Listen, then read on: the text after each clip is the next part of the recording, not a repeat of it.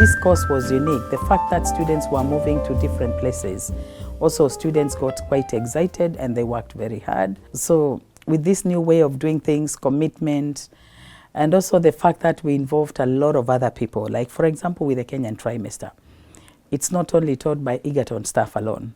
We've created what we call South-South collaboration between the Egerton University, other universities within the region, as far as Ethiopia and even Uganda and Tanzania, where we get the resource person from all these universities which they come to teach these students, either online or face-to-face. They're spread across different aspects, which for me is a good indicator that these students have acquired a skill where they can be managers, they acquired skills where they can be researchers, and they have acquired skills where they can also be train of trainers, and as well as decision makers.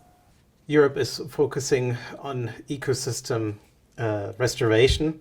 In Africa, many ecosystems are still intact. Africa is, however, facing high development needs. How should natural resources be used in Africa? The demand in the 21st century in terms of development and technology is really kind of outcompeting this natural way of existence with the natural ecosystems. So definitely a lot of African systems are threatened today. They could be in the best, they could be at natural systems, but at the moment there are very few systems I can say they are natural in Africa. Majority of them are really being affected by high demand and anthropogenic impact, especially towards pollution.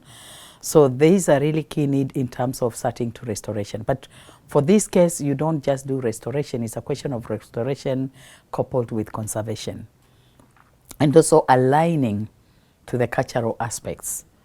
Because there were traditional ways in which these systems were really being kept in their natural status, which if we lose that, the possibility that in the future, most of our natural ecosystems will completely be destroyed, especially majority of them are likely to be highly polluted because of high pressure, population pressure, and also human demand. So the challenge most of the government are having is how do you balance between the demand and the conservation? And I can tell you it's still a challenge, and that's why I'm saying we need to look at the incoming challenges like climate change and the blue economy. Once government realizes these are actually important economic resources, then it is possible for government to put up structures to ensure that we have a balance.